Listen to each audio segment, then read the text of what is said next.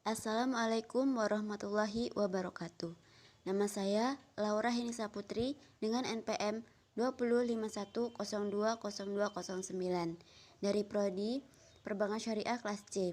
Ingin mempresentasikan sebuah materi yang berjudul Fungsi dan Jasa Ekosistem.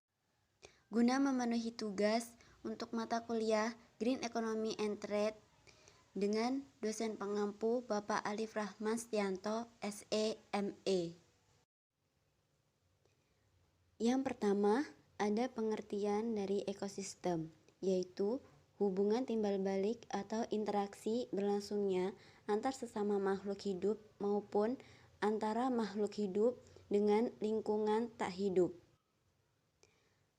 Lingkungan beserta makhluk hidup yang saling berinteraksi itu disebut ekosistem. Ekosistem sendiri terbagi menjadi dua, yaitu ekosistem alami, merupakan ekosistem yang terbentuk secara alami tanpa campur tangan manusia. Kemudian ada ekosistem buatan, yaitu ekosistem yang terbentuk sebagai hasil kerja manusia. Kemudian ada fungsi ekosistem yang terbagi atas 5 fungsi. Di antaranya yang pertama, menumbuhkan saling keterkaitan antar sumber daya alam sebagai komponen lingkungan. Yang kedua, menciptakan keanekaragaman. Yang ketiga, menciptakan keberlangsungan atau sustainability yang dimilikinya. Yang keempat, memelihara stabilitas ekosistem. Serta yang kelima, memelihara efisiensi dalam sistem ekosistem. Kemudian ada jasa ekosistem, yaitu manfaat yang diperoleh oleh manusia dari berbagai sumber daya dan proses alam yang secara bersama-sama diberikan oleh suatu ekosistem yang dikelompokkan ke dalam 4 macam manfaat. Di antaranya ada manfaat provisioning atau penyediaan, manfaat regulating atau pengaturan, manfaat supporting atau pendukung, serta manfaat kultural. Penerapan jasa ekosistem sendiri terdapat pada yang pertama, jasa hidrologis di daerah aliran sungai. Yang kedua, jasa keanekaragaman hayati.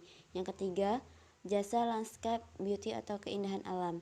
Dan jasa carbon sequestration atau jasa penyerapan dan penyimpanan karbon.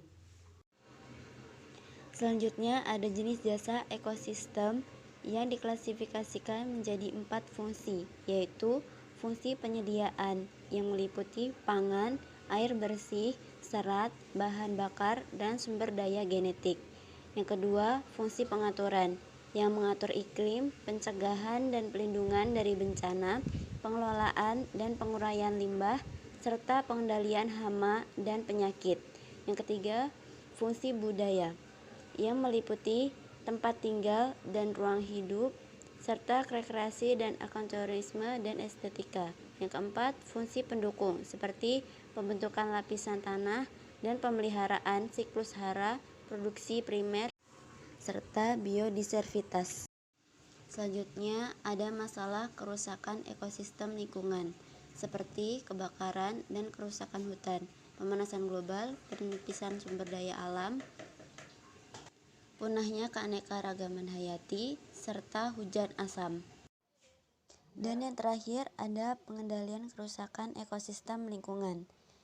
Kerusakan ekosistem lingkungan dapat dikendalikan diantaranya dengan cara penghijauan kembali, peran pemerintah, memperbanyak ruang terbuka hijau, menekan produksi karbon dioksida, beralih sumber daya, melakukan konservasi in situ dan ex situ, melakukan penyuluhan, serta mengganti bahan bakar.